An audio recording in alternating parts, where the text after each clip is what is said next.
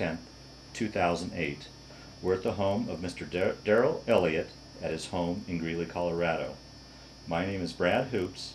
I'm the interviewer for the Northern Colorado Veterans History Project. Good afternoon, Darrell, and thanks for participating today. Thank you for coming.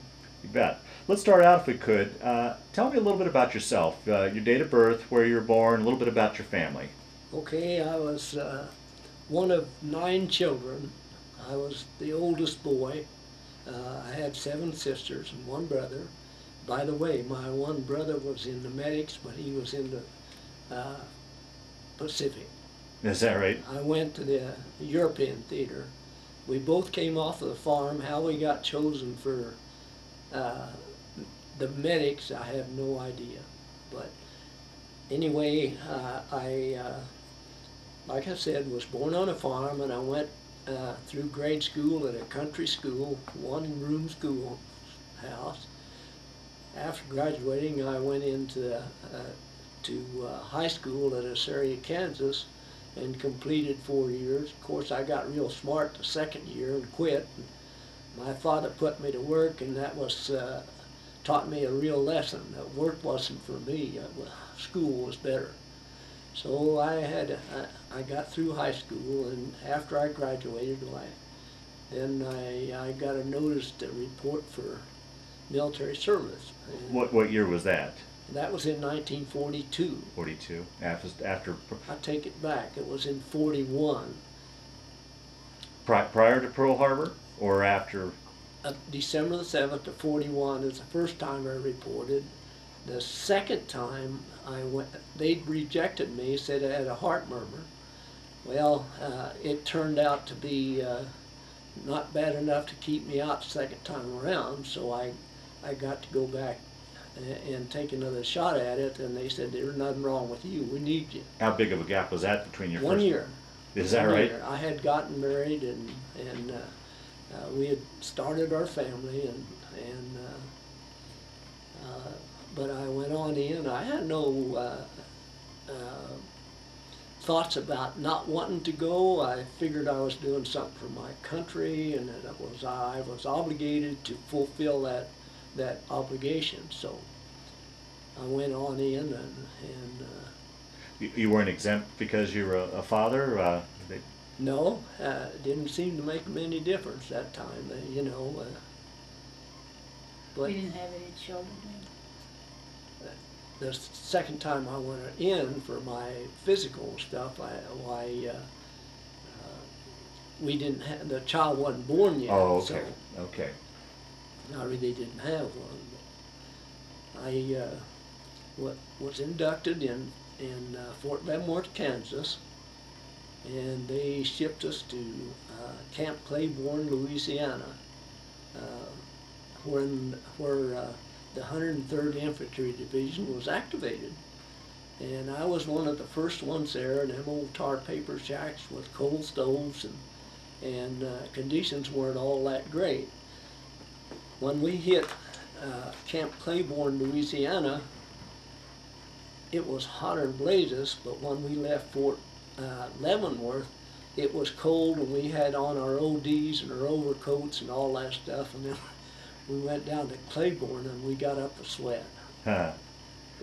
How was boot camp for you? I didn't mind it. I took it in stride, and I tried to be the best at everything I was given to do. I always wanted to be first. Is that right? Yeah. Regardless of what it was, whether it was a obstacle course or if it was a hike or whatever, I wanted to be as good as the best. Very competitive, huh? Very competitive, Yeah. and I've been that way all my life. Is that right? I wanted. Did you find that helped you out through your I military? don't know. Yeah. I took everything kind of in stride. We trained for a full year at Camp Claiborne, and then the company all went on field maneuvers, or Army maneuvers we called it, and spent about 30 days out in the woods, getting used to K rations and all that kind of stuff. And it wasn't that bad. We had we had to bear the weather, regardless if it was raining or if it was sunshining or what it was. It was something we had to get along with. And I can remember one night it was dark and we hadn't eaten for quite a while, and it started to rain. I mean, it rained and it poured, and we go through the mess line about 11 o'clock at night to get our chow, and I went back over and started to stand up by a tree to break some of the rain, and I decided with the lightning that wasn't the place to be, so we just got out in the open, and my mess kit never did go dry. It just kept filling up with water, you know, as it rained. And we ate the solids out of it and dumped the rest, and then put in for the night. But that was quite an experience. That's something that I really wasn't quite used to. But all in all, our training was pretty stiff. When we came in off of maneuvers, they stripped that company of most of the servicemen and sent them overseas as replacements. Then they rebuilt the company with young men from Army Specialized Training Schools. You know, they had ASTPs, and when they closed those down, they sent those fellows to our company to refill the company, and so we had a new group. So we trained for another year with ASTP boys before now, ASTP, can you? Army Specialized Training. Okay. I don't know what the P stands for, but that's what it was. It was Army Specialized Training people from school, and so this company wasn't a group of raw recruits. This was a pretty highly, almost specialized group of guys. they were, Yeah. and we got along well. You know, they were pretty smart people, took orders well, and like I say, we did another year in training, and before the company was activated and actually sent to Camp Shanks, New York for deportation from the States overseas.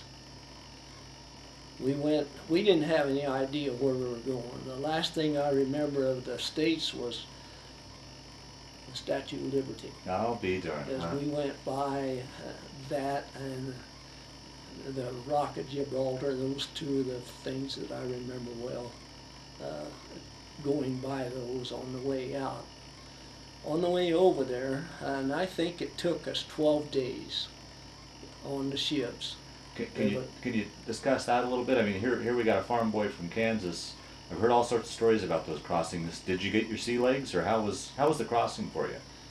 You know, I was one of the few that did not get sick. What I started to tell you was that we got into a storm where the wind blew for 3 days and 2 nights at about 72 knots an hour, and that's pretty high wind on the seas. Our destroyer escorts, one time you'd see them way up on the top of a wave, and then they'd be gone. You wouldn't see them maybe for a minute or two. They just, you know, up and down, and they escorted us all the way over there. They had the whole division. See, there were several ships. It was quite a convoy going over, and then of course we had our destroyer escorts that was protecting us from the enemies. It might there be some. Did you ever come in contact with any subs or any worries that way? No, we never did. And we got over there. We what do you call it? Embarked or debarked at Marseille, the port. And that was quite an experience. Pulled into port, you know, and they brought the landing craft out, and we went over the side and down the rope ladders and into the landing craft, and then they took us on the shore. We got on shore, and we started to find our bivouac area for the night, and we walked and walked and walked, and The next morning, when finally we just stopped, and I don't know who gave orders to stop, but we just stopped and spent the rest of the night. When the sun came up, we could see the port and we could see our camp area, but we had walked practically all night.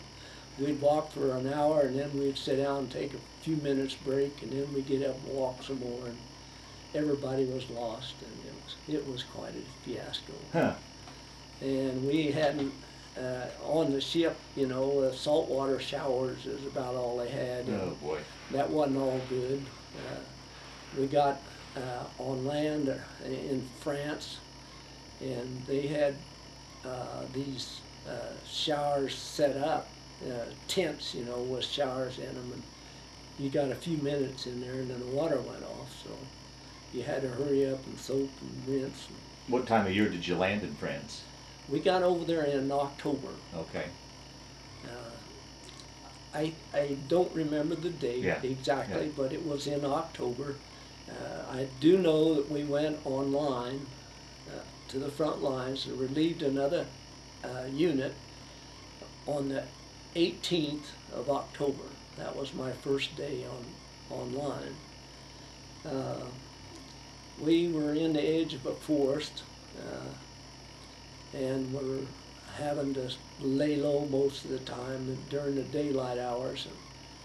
And this one particular night we got shelled pretty hard, and for some reason or other I was in the foxhole by myself, and I decided that I couldn't quite take that. So I got up and I went over to the platoon sergeant's foxhole. They had one that somebody else had built that was all covered with logs and stuff, and all that was open was the front side of it. So I got in there with him, and the shell came in just, I hadn't the morning got in there, and it struck a big tree. And of course there was shrapnel stuff all over. The next morning when it got daylight, we got up, there stood that tree in that foxhole where I'd been. Where you were? Right in the center of it. And I thought, how lucky can you be? Can you describe as best you can what it's like to be in a barrage like that for people that myself that have never been into battle? What it's like? What are you thinking? How you? My thoughts were coming to me like, hey, these guys are playing for keeps. It's either them or us. Yeah. And we got to do everything we can do to make sure that we get through this thing. And it was very scary. I never shook so hard, I don't think, in all my life as I did that particular night. And you couldn't see anything. It was pitch black dark, But morning came and we were still there. So. And we stayed in that position, I think, a couple of weeks, just holding. Then we started to move, and we went different places. And this, on the 28th day of November, 7 o'clock in the morning, we were marching down this road, and we got into an ambush, so to speak, machine gun fire and what have you. The company that was ahead of us, 2 soldiers had gotten wounded. One of them had flesh wounds, which I could patch up and send him on his way. The other one had a broken leg, and I had to splint him up. And while I was doing this, there was a potato masher. I don't know if you know what a potato masher is, but it landed right in my lap. Oh, Almost right in my open hand, and I just throwed that thing up over the bank, and it went off just as it went over the bank, and it blew sand and dirt and grit and shrapnel and stuff all over us. Of course, I cleaned up the wounds and got the guy patched up. While I'm doing this, we're in this road, and if I'd raise up, the machine gun fire would open up.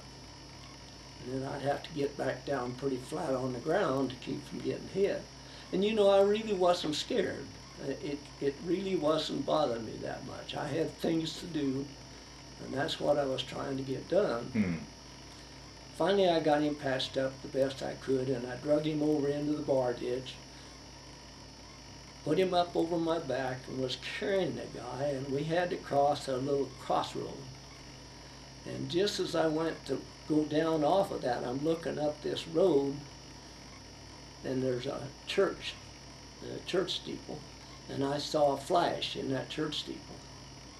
Well, the next thing I know, I felt like I'd been smacked in the chest by a freight train, because it just flattened me right there on the side of the road. You had taken a sniper shot? I am quite positive that sniper is the one that shot me. And I got hit right through the left elbow, right below my Red Cross armband. But you had all your Red Cross on. I had all my Red Cross on. That, they shouldn't have been shooting at me, right. but they did. Huh. What happened to the guy I was carrying or the one that was wounded, I have no idea. I don't remember any part of that. All I remember is that they trained a bazooka on this church steeple, one round, direct hit, and this German soldier come flying out that thing, and that's about the last that I remember up there, other than the fact that they sent a Jeep from Battalion 8 station up, and they put me on a litter and strapped me to the hood of that thing, and we started back, and a mortar fire started coming in, and as we're going down this road, this driver was driving like 60, and swerving back and forth, and just about 40 yards behind us, they said that shells were going off. We got back to aid station, and frankly, that's the last thing I remember till the next morning. The next morning, in this field hospital, the doctors came through and was checking me out, and I was in a full body cast. The only thing sticking out was my right arm. Everything else was cast.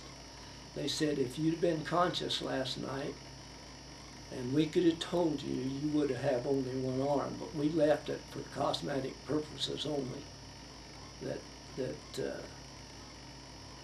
That's the only reason you still got two arms. I was left-handed, believe it or not. Oh, jeez. I spent a short period of time in a field hospital, and then they sent me to England to the 49th General Hospital, and I spent quite a bit of time there. During the bulls, that's where I was, and these Sputniks that come over, you know, the bombs,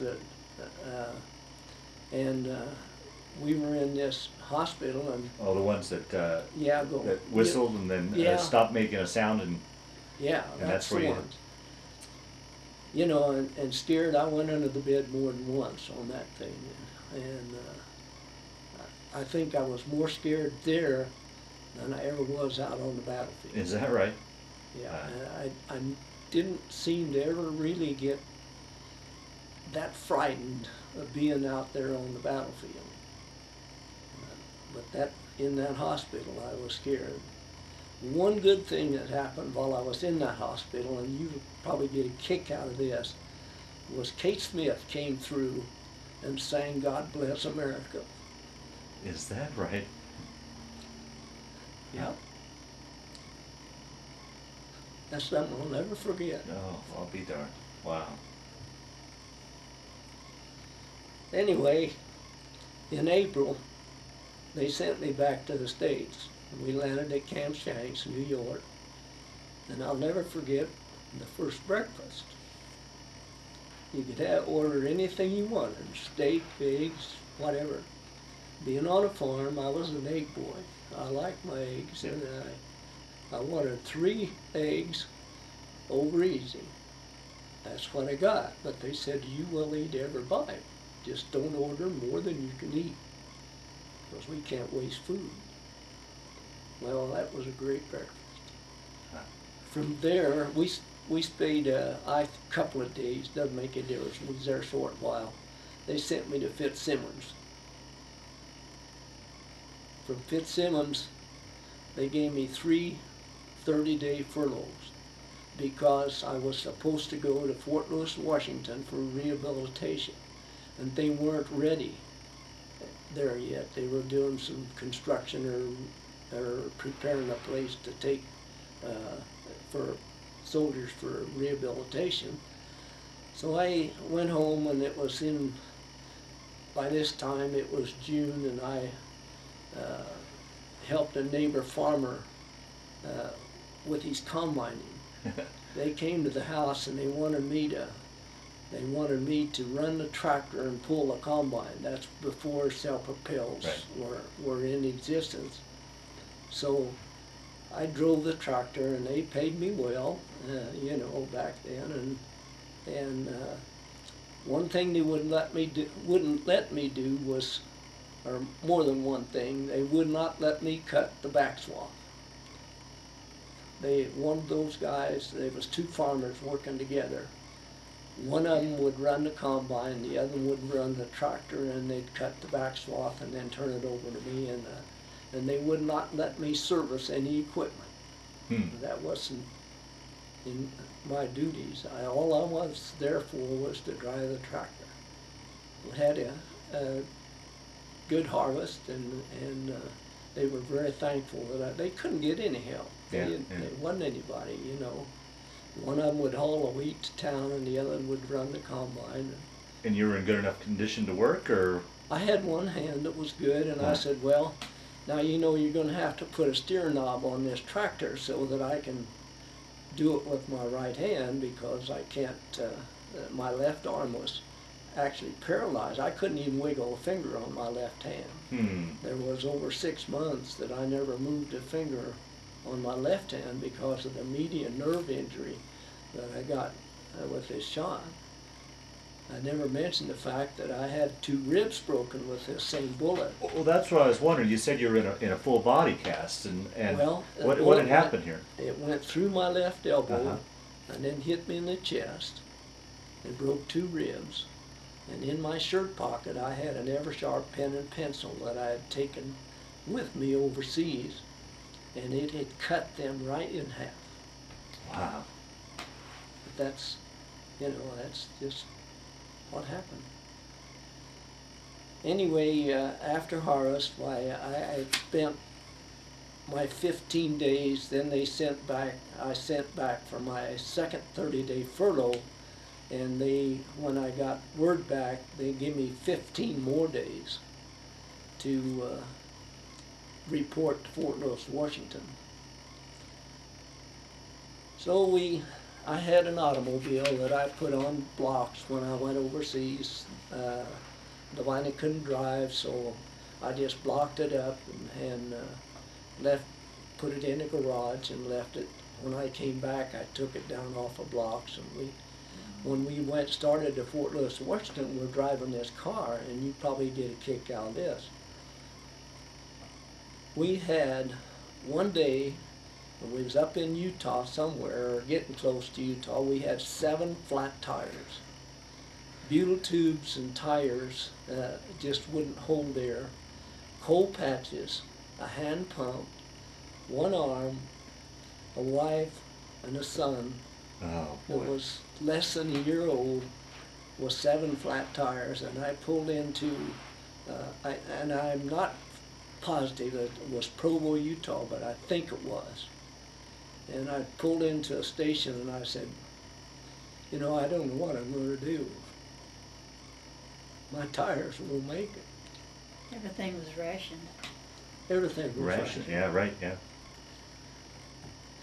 He said, go to the ration board, and we'll see what we can do. I went to the ration board. They issued me 2 tires and tubes and sent me back to the station and said, he'll mount them for you. I got back there, they're already mounted. He knew what was going to happen.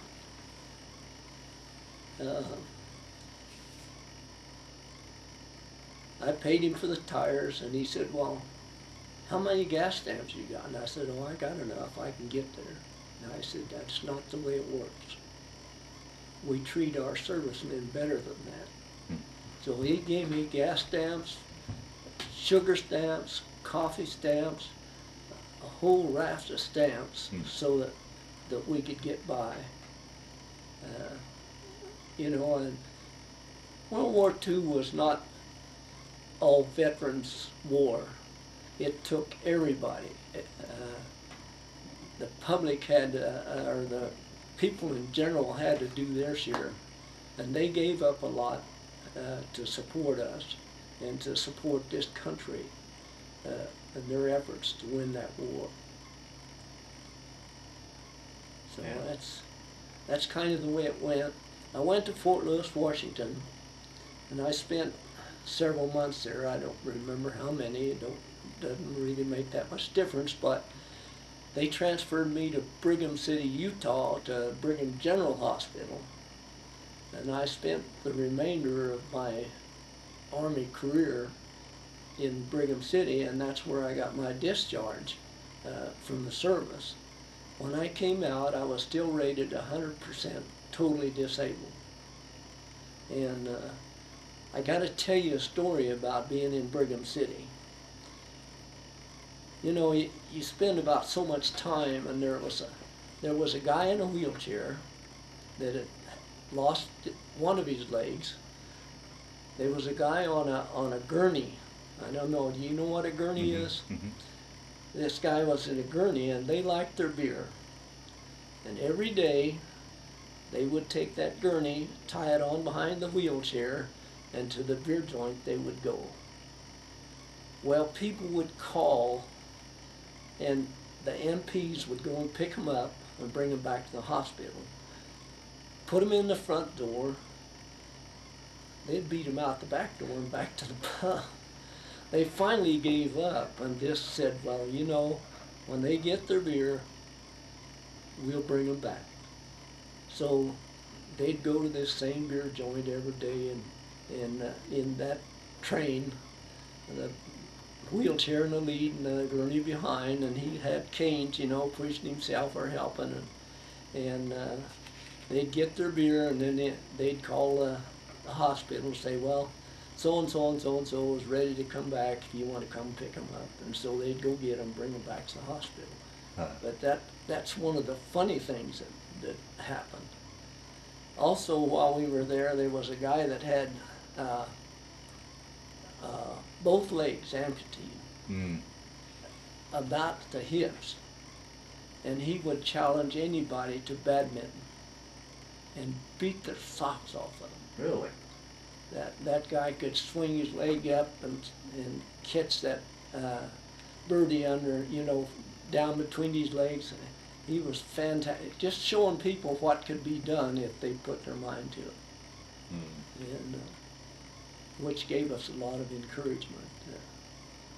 Well, at this point, how much had you you were 100% disabled, but had you gained anything back, or was it still? Very little, because like I say, I never really, I got to where I could wiggle the two small fingers on this hand, but these other three didn't do much for probably 6 or 8 months after I got out of the hospital.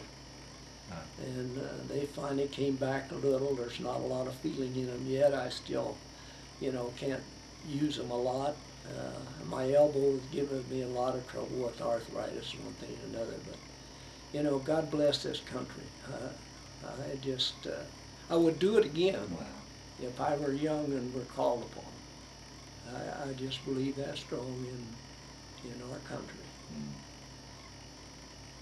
On here, there was a question somewhere that said, did you join any service organizations? Well, I did. I joined, I got to tell you this little story, if you don't mind. Oh, please. I was working for Western Paving Construction Company in Denver. And a friend of mine was one of the other foremen on the working for the company, and he came by my job one day and he said, "Hey, Darrell, give me $10. I had no idea what he needed $10 for, but I didn't care. So I pulled out my wallet and I gave him a $10 bill, and a week or two later he came back by and he handed me a card. He said, "Here, you just joined the VFW. Huh. He said, you're a member of Lafayette DFW Post 1771. And I said, well, where's Lafayette? Well, he lived in Lafayette and was working for the same company, and so he signed me up in the VFW. I got in and I got interested, and I decided I would go through the cheers if that's what they wanted me to do, and I did. I did all the cheers in the post. I went through the district, did the cheers in the district. I also went through the department. I'm past state commander. Made All-American. They made me All-American. I didn't do it. I made All-American state commander. And this gentleman that signed me up said, you know, I always wondered, he said, I got you started, but I've never been able to shut you off. So that's kind of, and then I belong to the American Legion. I belong to the DAV. American Legion, when their prices went up and I wanted to buy a life membership, and I found out you couldn't transfer a life membership in the American Legion, that if you moved from state to state, you had to buy a new new membership in order to stay in the American Legion. I dropped it, so I now belong to the DAB and the VFW. When I moved up here, they got a hold of me and they said, well, you're a DAB member. I said, yeah, I'm a member at large. Said, not anymore. Said, we just transferred you into Chapter 8 down here. So I went to a few meetings, and what do you know, they elected me as commander. So I spent 2 years as commander of Chapter 8 DAV here in Greeley. And I got out of it last year, and now they got another man in. That's kind of my story. Well, if you don't mind, I'd like to ask a bunch of questions along that I'll try way. to answer. How did you become, you don't know how you became, how they chose you to be a medic? Was there anything in your background or any testing? I was a farm boy. Yeah. I was born and raised on a farm, and Yeah. how they chose me to be a medic, I have no idea. Yeah. But Did you take to it pretty easily, or how did it work for you? when I went to high school, I graduated with D's and C's. And when I was in the service, they sent me to surgical technician school at O'Reilly General Hospital in Missouri, and I graduated second high in 130 Is that in the right? class. So I don't know whether it was easy or not, or whether I had something better in mind, but I really liked that part of my service. I liked being a male nurse. In fact, I anticipated, had I not been wounded, I'd probably been a male nurse, or something bigger and better. Wow. But I liked it that well. We spent 30 days in the hospital down in Missouri, and I really liked it. I think the most scared thing I had to do was take care of a major or colonel. It was a colonel's wife that was in the hospital, and I was assigned her to take care of her and take vitals and all that stuff. And I think that I was as shaky over that as anything I ever did, you know. But I did. I liked the medics. I liked what I did. And of course, I was left-handed, and How was that transition switching over to right-handed? I have to tell you this. Writing right-handed is better than writing left-handed. I never could read my own writing when I'm left-handed, but once I sat down and learned to write right-handed, I don't do too bad a job. You can at least make out my name anyway. The way I learned when I was in the hospital over in England, that I'd have the nurses come in and give me a clipboard and write the ABCs on the line so that I could practice. And I'd spend several hours a day just learning to write, and I think they did a pretty fair job of transferring over. When I first got wounded, I could not even button my trousers right-handed. I was that left-handed. Yeah. So, in fact, I'm still left-handed. I go to the door to open it, and the left hand goes first, and then I have to change and do the right hand. I I'll be can't darned. do it left-handed. Now, Yeah. I'll let you ask some Okay. Yeah. when you you remember when you left home to go off to boot camp, and as well as the day you came back from the service, do you remember those 2 days? What you're feeling, what it was like? You know, it was just like going somewhere. I had no fear about going. I knew I was going to Fort Leavenworth, and I was going on a train, and there was several of the family around, my folks, and some cousins and stuff there to bid me goodbye, but as far as being fearful, I didn't have any fears. Coming back, there wasn't anybody. I came to Camp Shanks. From Camp Shanks, they sent me to Fitzsimmons. There was nobody there. It didn't bother me. It didn't bother me a bit. Of course, we had our son. I got to see him one time before I went overseas. I went AWOL, believe it or not. AWOL means away without leave. Yeah. Anyway, I went from Camp House, Texas, which is Gainesville, to Salina, Kansas on a 3-day pass, which is more than 50 miles by quite a little bit. Going back, we had to go through Lawton, Oklahoma, which is a Navy school there at that time, and lots of CP or SPs, Sailor Patrol. They came through the train checking passes. Oh, jeez. And I said, "You don't want to see mine." "Oh, yes, we do. Let's see your pass." And I said, "You really don't want to see it." And I'm reaching for it, you know, and I pulled it out and handed it to them, and they said, "You're a little bit far away from camp, aren't you?" And I said, "Yeah, but I'll tell you one thing. If you leave me alone, I'll answer reveille in the morning. If you detain me, I'll be AWOL. I'm not AWOL yet, because this pass is good until tomorrow morning. And if you leave me be, I'll be there." They said, "And if you're not, you'll do time." And I said, "I'll be there." The next morning, I answered reveille. They didn't detain me.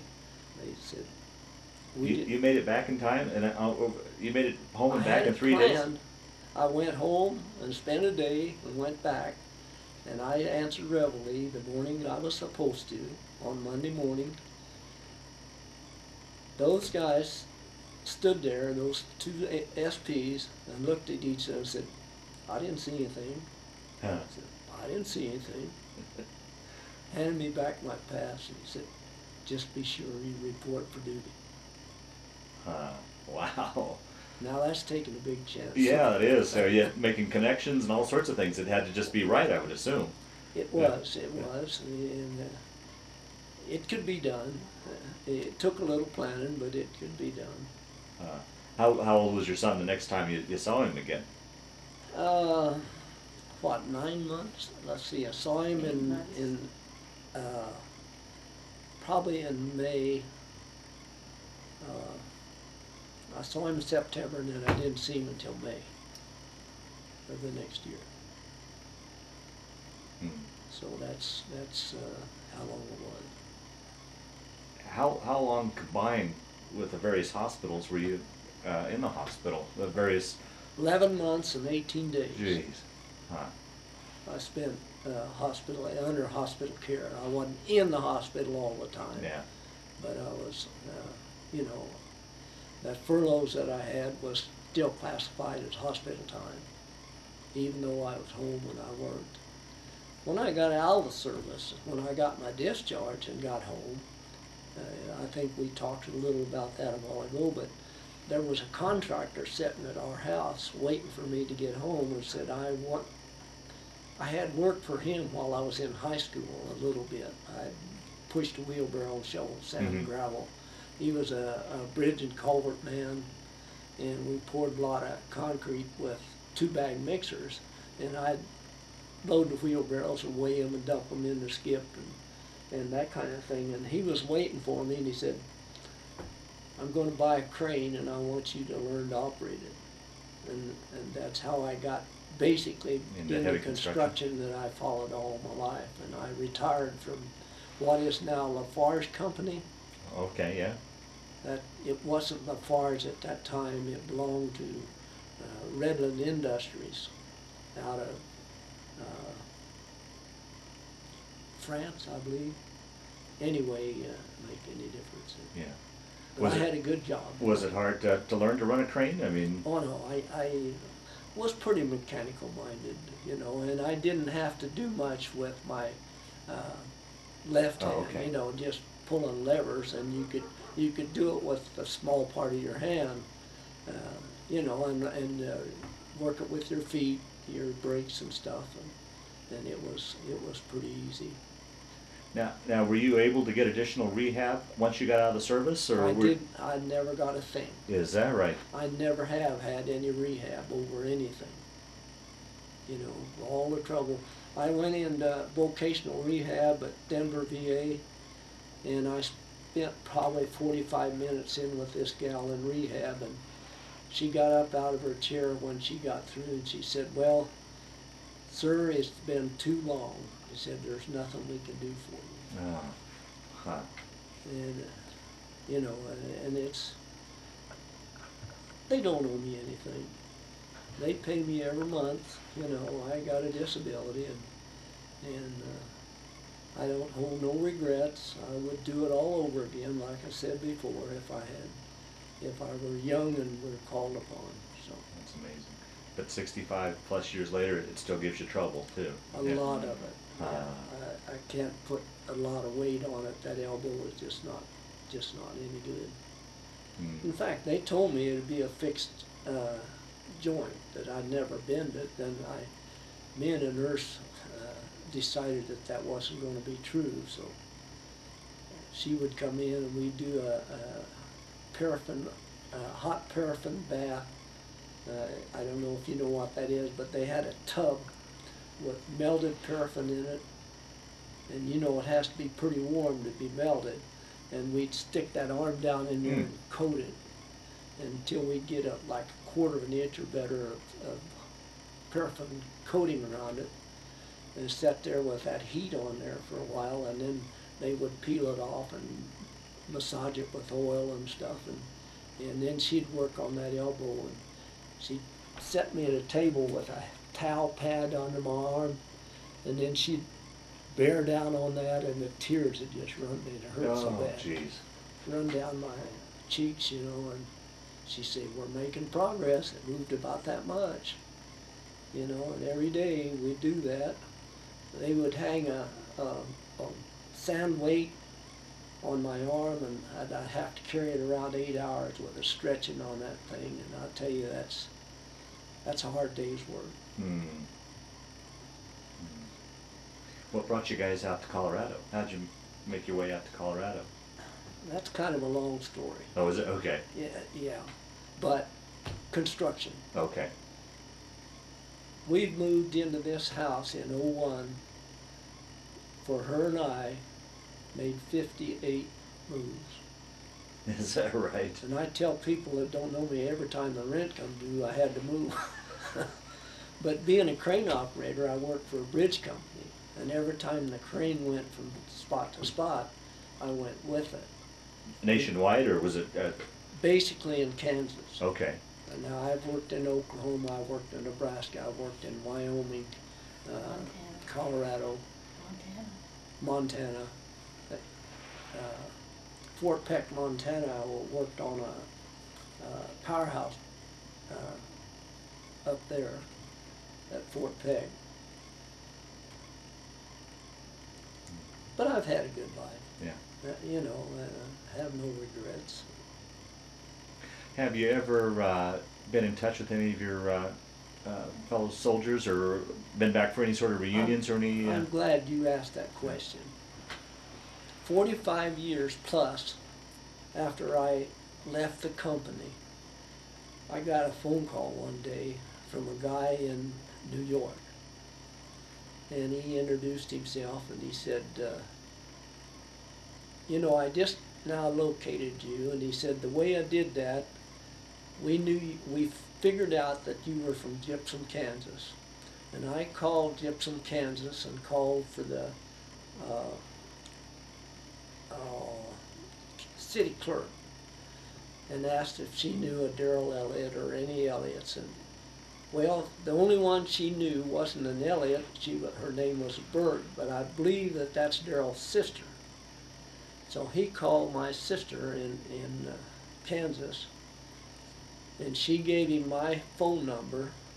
He called me, and we had a conference call between three of us guys that knew each other. Oh, I'll be darned. And that was over 45 years after I left the company. And they didn't know in that period of time whether I lived or died, because I was in pretty sad shape. Yeah. I really was. While I was in England, I got pneumonia. And I took penicillin shots like you can't believe, every 3 hours for 90 days. You know, but I made it. And we went down and saw the Browns. And then several of the guys that we were in the medics with, that in the 3rd Battalion, we corresponded with for several years. In fact, they're almost all gone now. I have one buddy that I still talk and converse with at Christmas time that lives in South Carolina. But the rest of them have all passed on, and I don't know how they left me so long, but I'm still here.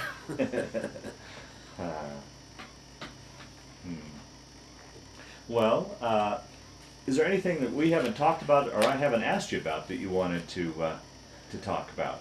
Any stories that we've left out? Right now, I can't think of anything right offhand. I know we spent a few cold nights over there in France and Switzerland. Were you properly clothed and for the elements, and what were conditions like as far as sleeping and food and just overall living conditions for you? You found a place to sleep on the ground, in a building, wherever you could find, you know, the best protection you could get. If there was weather, you were in it. We had our raincoats and stuff didn't do a lot of good. You couldn't carry all that stuff and still do what you had to do. Our overcoats got soaked with water, and we just had to leave them. We couldn't handle them, you know. And bed blankets we tried to keep with us so we'd have some protection. We used our shelter halves to the best ability that we could, and living conditions weren't all that good. We lived on K rations and C rations and that kind of thing. I don't know as I ever was really all that hungry. Thirsty a few times. You know, we couldn't get water. But other than that, why?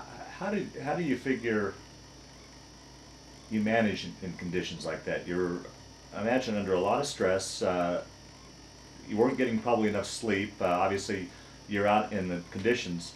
All that piling onto you. How did you keep functioning? What do you think kept you going? Someday I'm going to get back home. You know, you had to have positive thoughts. Yeah. You couldn't let it be negative. You'd go crazy if you did. You couldn't let it bother you. You had to think positive. I had a son I wanted to go home and see. You know. Did you find that being part of your job, not only physically taking care of these guys, but mentally having to help out as well too? And coupled with the fact, I mean, you weren't just looking out for yourself; you were looking out for a bunch of other people. It was very important to me that I were there to take care of those who needed me. You know, our first sergeant in that infantry company was right there. I remember him very well the day that I got hit. That just almost went berserk over the fact that he had lost his medic. Him and I didn't get along all that well in the States because he was trying to teach us that we had to be self-sufficient and had to take care of ourselves and had to undergo some very bad things rather than have everything good all the time. So if you'd want to take somebody on sick call or to the dispensary, he's gold breaking. You said you don't want him. We don't want him. We need him in the field today. No, I said he goes to the dispensary. He's sick, and he would finally let him go. With my authorization, but the guy couldn't go in on his own and get to go to the dispensary. He would not let him. He just was trying to teach us to look out for ourselves and to undergo things that weren't always good. And in hindsight, you're looking back on that now, and that was wonderful training, I assume. It was Yeah. the only thing I think that kept us going. Uh-huh. Once we got over there, his name was Aubrey Walters, and like I said, he was the meanest guy I ever knew in the States. I seen him put one of his soldiers behind the old cook range with a toothbrush scrubbing down the wall because he throwed away some blank ammunition, didn't fire it through his rifle, so he'd have to clean and things like that. And he taught everybody that you got to do what you got to do. You got to look out for yourself, or you're not coming home. And you look out for your buddies. We're not in this actually by ourselves. We're in it as a group, and we all got to go together.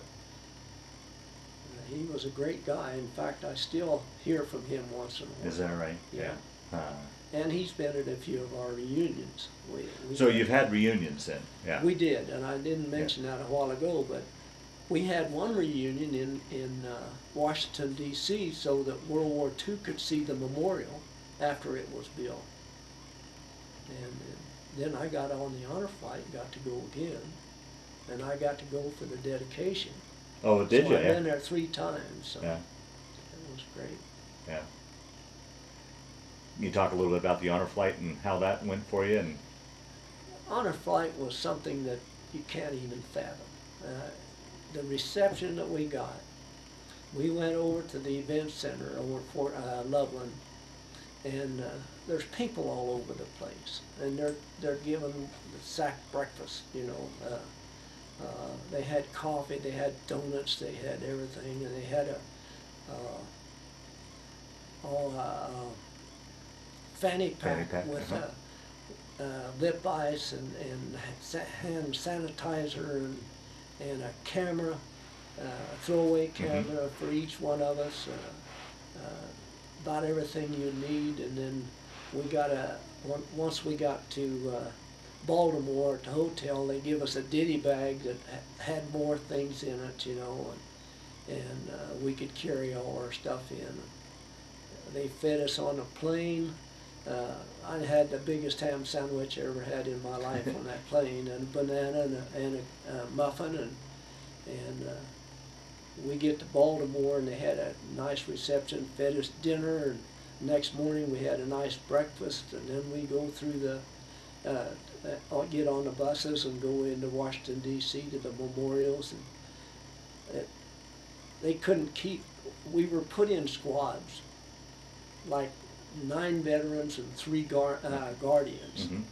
And these guardians only had to look out for 3 of us. Whether they divided us or if they all took all 9, I don't know how they had that set up.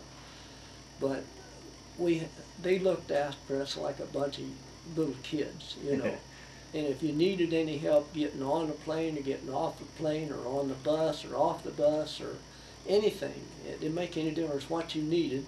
There was a guardian there to help you. And it didn't have to be your guardian. If any guardian saw you having any kind of a problem, they were there to assist you. And they did a very fine job. Excellent. We got on the planes to come back home. We got to Cheyenne, and there's probably 100 people there in a reception line. And they're giving out cookies and stuff and waving flags and just I never had anything like that when I come home, but it never bothered me. I got home. That Yeah. was the thing that I was glad for. And I never once give it a thought, and not ever in my mind have I had any thoughts about not being welcomed back by a whole bunch of people. That didn't mean that much to me. You know, some people I guess it does, but not me. Yeah. Going up, when we left the events center, there was probably 30 motorcycles. 50. 50? Yeah. Was there 50? Yeah. Well, I guessed at 30, you know. And then the highway patrol and the police blocked every on-ramp on I-25 going north so that nobody could get into that procession. We get up to Cheyenne, to the hangar where we boarded the plane. There's a couple of bands and a choir and American flags all over the place, and just a reception that you can't believe. Yeah. Wonderful.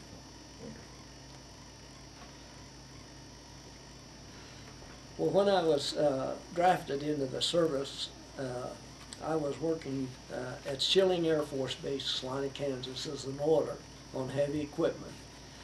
They were just building that thing, and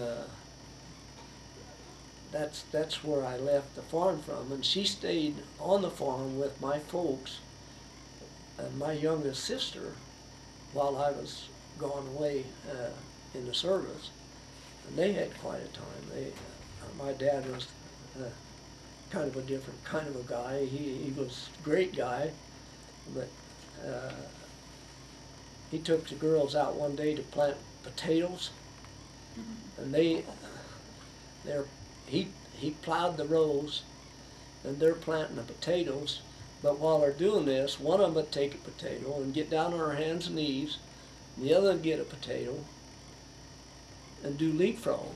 And she'd plant her potato, and then they'd leapfrog down the row planting potatoes. And she got very irritated at them for horseplay. But they had a good time. And then We shopped wheat and shopped oats. I had a niece that was a little bit younger, but not all that much, and they all got together one day and they took her for a ride on a wheelbarrow. Well, just the handles and a flat board and a front board. And they put her on that, and one of the girls took one side and the other took the other side, and they ran around the house just as hard as they could run with this niece of mine on that. Try to push a wheelbarrow by yourself. Yeah, put two people on a wheelbarrow and try to push it without dumping it. Right, yeah, that's right. That's all I wanted. Yeah. Well, how do you, we'll start to wind down this interview then. How do you think your military war experience played into your life? Obviously, it took a physical toll. How do you think it changed or affected or changed your perspective? What part of it did it play in your life from then on, I guess?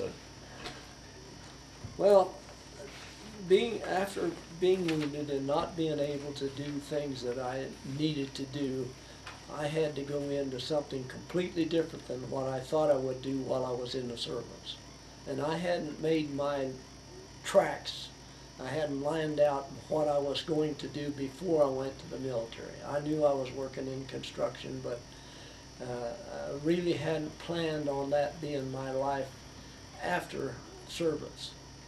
But when this contractor was there ready to hire me, and I got into that, I worked all the way from a wheelbarrow man into a superintendent in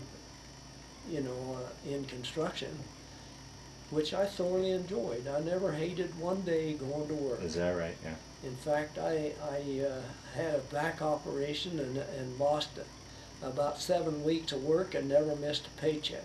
So I had good people to work for. Before I retired, the superintendent would come by and hand me a roll of plans and say, "Here's your next job. Tell me when you can start." And like I said, I've had a very fulfilling life. I've when I was younger, I used to do a little hunting and fishing. I like to fish. And as far as the service, nothing that I did in the service has gone into what I've done in after service. So.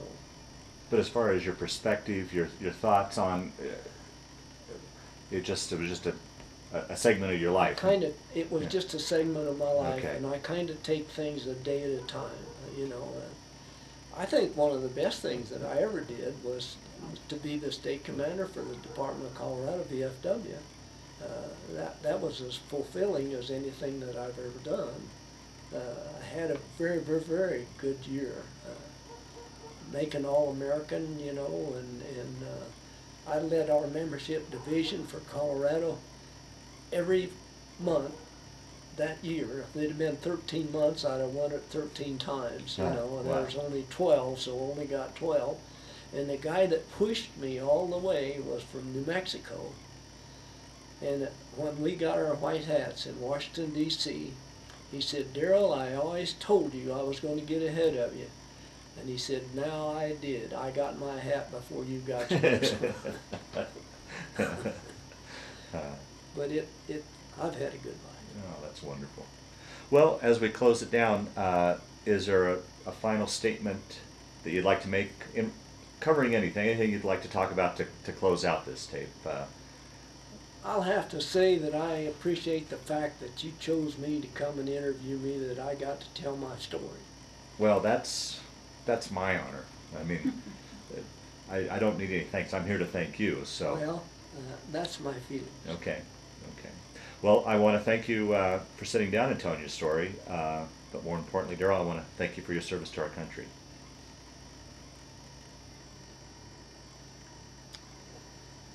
Well, a man from the Greeley Tribune called me and wanted to do an interview about my services during World War II, and so he came to the house and we did an interview, and he took a picture of me in uniform after I'd been in about 9 months, and also one of the present time, and I thought that was great that they would interview me as a World War II veteran and to publish it in a paper for people to see that I was really maybe just a farm boy at heart, but a soldier in hand. This picture was taken of me while I was in the service, probably 9 months after induction. I was home on a short furlough and I had this picture made. This is a picture of a penny postcard that my wife received stating the fact that I'd been shipped to the point of interior from England. But at this point, had you had any details of what was wrong? I had one card that said he'd been seriously wounded in action. And then when they sent him home, they gave me that card, or sent that card to me. She got a letter from me before she got this card. I had managed to put a letter together and sent it to her, and she got it before this card was sent to her. Okay. Serial number. Yeah, this Purple Heart I received while I was in the hospital in England. One of the nurses came by and laid it on my bed and said that this was my Purple Heart. The next medal over is the Bronze Star that I received for gallantry or in action or whatever you want to call it. My citation reads that I advanced to within 20 feet of 2 machine guns and retrieved 2 wounded soldiers and brought them back to our lines. So. Wow. That's all. Okay.